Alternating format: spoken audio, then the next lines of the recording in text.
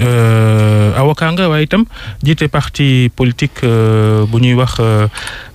Union sociale libérale bari na ay dossiers yoo xam ne en tant que avocat sax bëgg nañ koo junj ak yow waaye dañuy njëkkee li nga xam ne moo fi doonoon xew-xew semaine benn weesu di watuk loi parrainage balaa ñu ciy dellu si sax ci loi boobu ci boppam xew-xew yi nga xam ni ci wàllu manifestant yi la jëmoon ci fitna rawat na jóge ci policiers yi dal ci ay manifestant gis nañ image yi di nit yu ñu jàpp bëggoon manifester policiers yi leen wan lu ne teg tànk ci biir wotoog jël sànni ci camion ak futteeg lu ne en tant que avocat di ku bàyyi xel wàllu àq ak yelleef doomu aadama sa njàngat ci yooyee xew-xew keroog alxamis. waaw Babacar yooyu xew-xew su ma jàngat moom mënul nekk lu dul di ko ñaawlu ba fu ñaawlu yem parce que dama jàpp ni dëkk bu mel ni Sénégal waroon nañu weesu image yu ñu gis tey parce que Sénégal lu ko lal moom mooy démocratie ak pluraliste loolu moo ko laloo woon moom la ñu xamee woon moom la ñu nawee woon bu ñu demee àdduna di dox ba li fi am fii muy 23 juin ñu jóge 23 juin 2012 ñu fal président bu bees boobu ba mu jëlee pouvoir maa ngi fàttaliku Radisson Blu la defee première conférence de presse am dafa déjee victoire am ñi nga xam ne ñoo amoon ay gaañ-gaañ ak ñi ci faatu woon ci violence électorale yi lu mu jëloon engagement moom mooy luñ ci war a def dinañ ko def ak fu mu war a yegg ba tey jii may wax ak yow tey yàlla def na ni ñu ngi gise tey wante calendrier bi moo def hasard que ci suba tey 9h cour d'appelu Dakar war na affaire Mamadou Diop bi loolu nag dama koy ñaawlu di wax rek procès en appel bi pour répondre à cette question dama koy ñaawlu di wax policiers yi ñu delloo ci seen xel parce que ci askan bi la ñu bokk amul benn peuple citoyen ak benn peuple policier. Est-ce que santuñ leen ko itam waaw loolu sant bu dee dañ leen ko sant tam ñooñu dañ leen di dugal parce que su ma ko jàngatee ci mbirum Mamadou Diop bi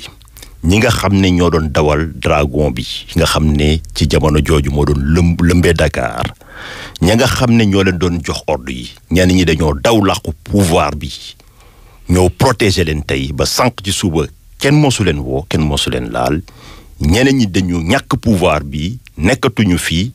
et que boo xoolee policiers yi ñoom kot ñooy ñëw taxaw ñoom ak seen responsabilité maanaam sax des fois sa yaram day daw parce que ñun ñëpp ay góor lañ ay sénégalais lañ policier bi mën na nekk papa mën na nekk rak mën na nekk mbokk moo tax ma ne foog ñu delloo ci xel yi lu dëkk yëngu-yëngu dañu war a jàpp ni bu ñu waxee force doit rester à la loi dañu war a jàngat ne loi mënula wax nga jàpp nit di ko dóor di ko mittatal parce que ñu joxe ordre yi ñu koy exécuter quel que soit seen niveau de responsabilité nañu xam ne bés dina mos a ñëw ñu nekk en face war a rendre compte loolu tam dama ci profito lancer benn message aussi ñi nga population bi ñu xam ne Sénégal ñoo ko bokk fii loo fi toj suba sa dërëm moo koy defar. mais li indi coow loolu yëpp maître xam nañ ko mooy indi parrainage jàll na donte sa président après wax ne ubbeeku na pour ay waxtaan xool ci modalité mise en œuvre yi ndax gis na ne tey jii waxtaan boobu jarati na ko ak tamit mën naa jur dara ci wàllum processus bi. man nu ma ko jàppee moom mooy mbirum parrainage bi warul nekk parce que président lu mu def xam na ko amul sañ-sañ bi dañu def forcing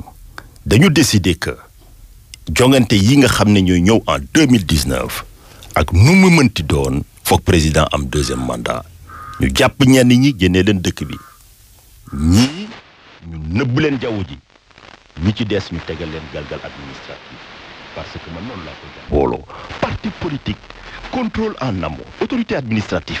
mooy joxe récépissé yow njoogu boo créé woon parti politique balaa ñu laa jox récépissé dinañ la woo direction ou renseignements généraux dinañ la déglu dinañ xool sa jaar-jaar dinañ def enquête xool est-ce que ndax parti bi nga bëgg a sanc nekkul base ethnique wala régionaliste parti politique léegi bu ñu jëlee ne indépendant ku da ngay jóg rek fële ci langue bi ñëw samp ndënd ñu ne la dañ la bëgg a yemale ak benn parti politique bi nga xam ne constitution ci boppam moo ko jëmmal ne institution la maanaam nit ñi dañuy jàll parti bi di des alors que indépendant comme li ngay wax mën nañ ko jox xaalis comme mën na yor xaalisam mën na jóge fu nekk moo tax ma ne ñoom bu dee démocratie ak seetal espace politique bi moo tax ñu jóg dañu waroon a organiser financement wu parti politique bi lu tax buñ ko organiser woon lu ñu ciy daw yëpp mën nañ ko lijjanti moom mooy état day ñëw xool résultat yi élection yi génn lan nga am comme résultat comme li ñuy defee France ñu jox la financement bu toll doon bu joxee financement lu mu ciy am en retour moom mooy da koy permettre mu contrôler ñu créer benn autorité bi nga xam ne mooy réguler compte de campagne yi mooy xool ku ci nekk sa koppar fu mu jógee ak yan dépense de campagne mën na sax fixer ay plafond pour rek jéem a yemale nit ñi mais dégg-dégg juriste mënul nangu ne da ngay yeewu rek ne man dama leen foog dama am idée wu justice dama bëgg a yemale indépendant ak parti politique mais te boo xoolee sax jàngat ko indépendant bu njëkk 10 000 signatures lañ leen di laaj mais ñoom dañ leen gën a lor parce que indépendant ci boppam léegi pour mu présenter laaj nañ ko 6 fois ou 7 fois donc dañ leen di gën a dugal moom li ma lay wax nag leneen li nga xam ne mesure bi yaa ngi may laaj est-ce que ndax dañu war a def ay négociation wax ci modalité d'application yi man dama jàpp ni négociation warul am président loi bi foog mu tege ko nale li ma lay wax njoogu du dañ yow sénégalais nga sénégalais la ñun ñëpp ay sénégalais lañ xam nañ ne fii Sénégal boo jàppee li mu téeméeri nit daanaka juróom fukk yi mënuñu signer wala bu ñu signer duñu répété waat même signature gis nga benn anam rek mooy permettre juge mu contrôler que yow li ngay joxe d'accord nga ci mooy nga xaatim ko xaatim boobu ci boppam boo xoolee moom buñ la joxoon tey ne la wutal ay parrainage nga wàcc ci 7 régions yi wut ay parrainage da ngay jël ci nu mu tudd ma xuma Diop juddoo peut-être Kaolack léegi def numéro 4 d'identité mais loolu ku nekk mën na ko responsable politique bu ci nekk mën na toog bureau bind ñëpp yóbbu lenn rek mooy mën a wax ni moom d'accord na ci liñ koy wax moom mooy mu signé woon signature boobu buñ ko yóbbu woon conseil constitutionnel xam ngeen ne même administration territoriale bi nga xam ne dafa am ay préfet am ay gouverneur am ay sous-préfet ñoom déjà organisation yu élection yi dañ ciy am problème conseil constitutionnel bi nga xam ne greffe ba la fa nekk matul fukki nit boo jëloon ku ci nekk indi ay parrainage am mënuñu ko wàññi te li may préciser moom mooy parrainage bi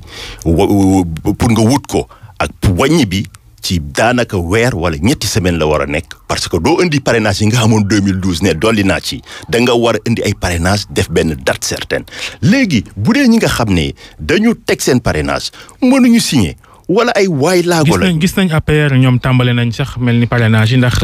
gis nañ leen ci internet ñuy wane ay pexe ngir ñi bëgg a signal Macky Sall mi war a doon xëy na seen candidat ñu signal ko ci remplir formulaire ci internet photo sa signature yónnee leen kook ñoom seen loolu itam mbaa du indi jeexi jaaxa. loolu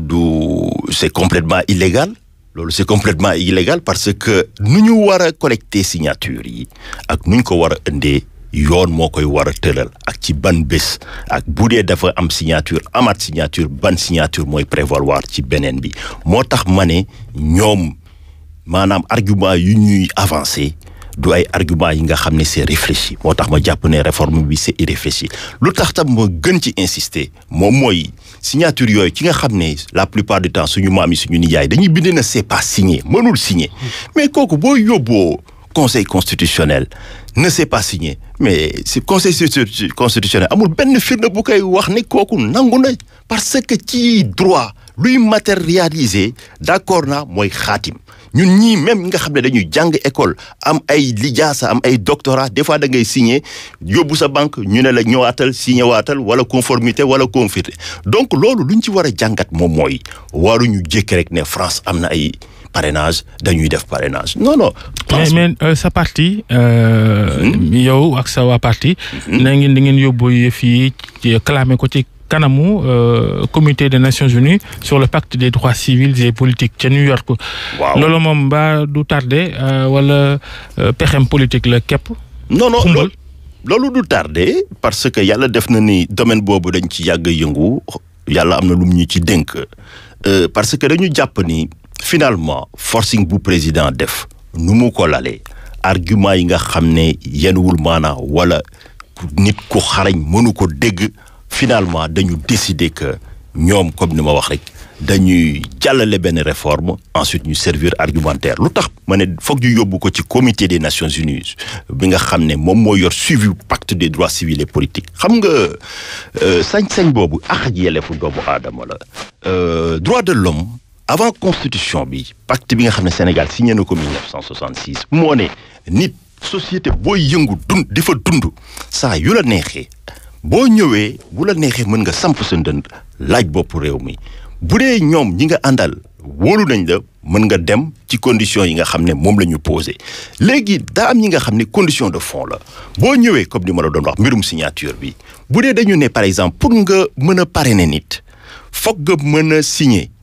foog ñu collecter ay signature am ñi nga xam ne ci société bi ay waay laago lañ mënuñu signer mais ñooñu bu ñu amul signature wala ñu bind ne c'est pas signé ñaar dañuy wax ne indil ma rek seen tur ak seen sant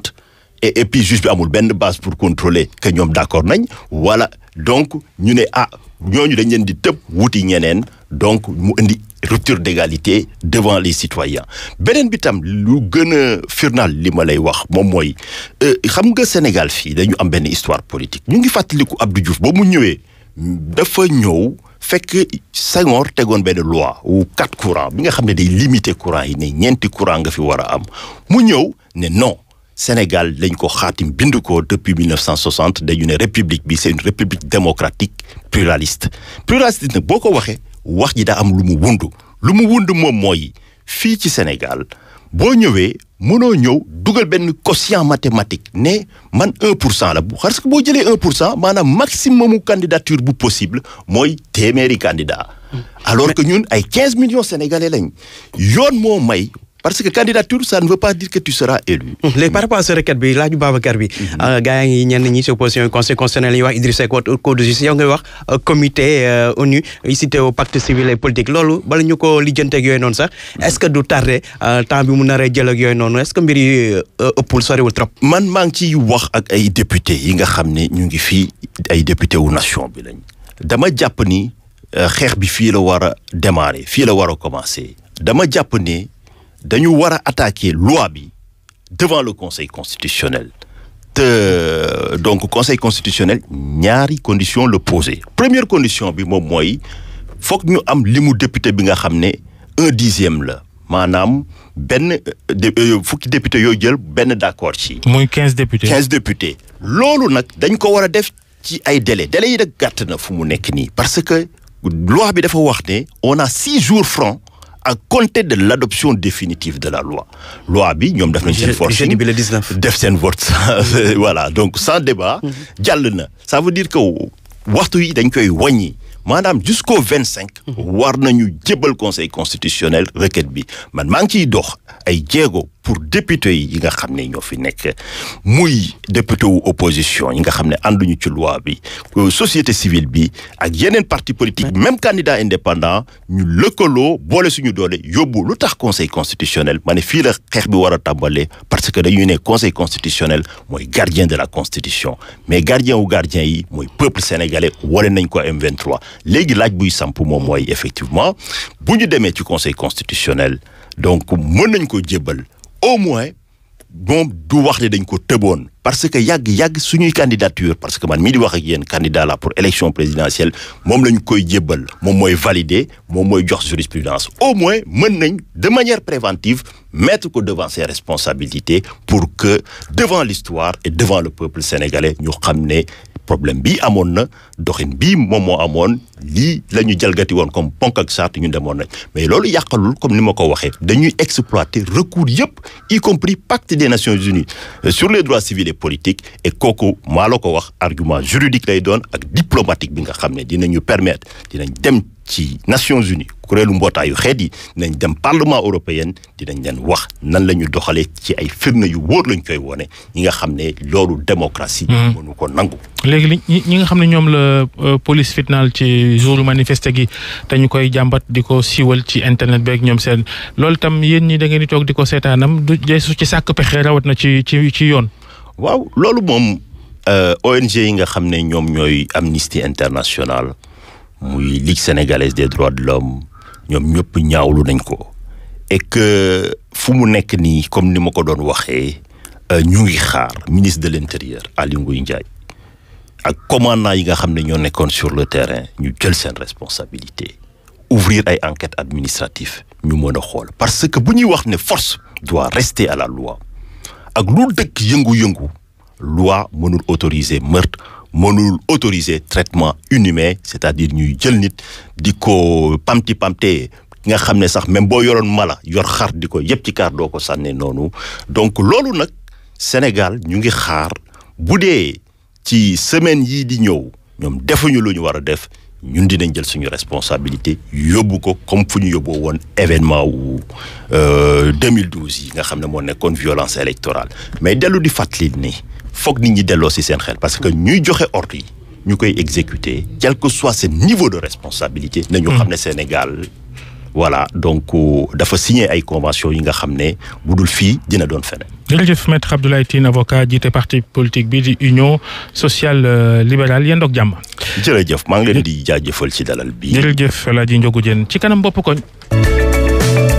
Vous avez besoin de caution sur des marchés publics ou privés?